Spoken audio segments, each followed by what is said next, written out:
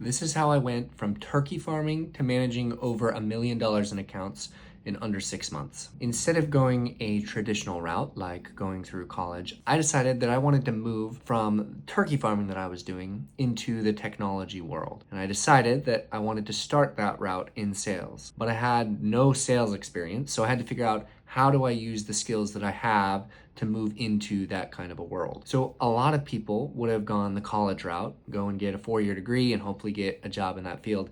But to be honest, I wasn't even sure if I wanted to do sales long term, but I wanted to at least try it out and see if that was a good fit for me. So what I did was I started blogging every day just to document my journey. And then I started trying to learn everything that I could about sales. So at first, I just started talking to people who were sales professionals, trying to learn about what they did on a daily basis, what they liked, what they didn't like. I turned that into a podcast so that other people could listen as well. But then I wanted to get some more hands-on experience. So then I started cold calling people from my past to try and get them to sign up for an email list that I was building. And then maybe most important of all for actually getting the job is I did a ton of research about several specific companies that I was interested in. And I created a video pitch to send to them based on where I thought that I would be able to help them as a company. Instead of sending my resume off to 100 different companies that I couldn't even remember their name or what they did, I decided to choose a few specific ones instead and really go all in on them. I was in an apprenticeship program at the time called Praxis,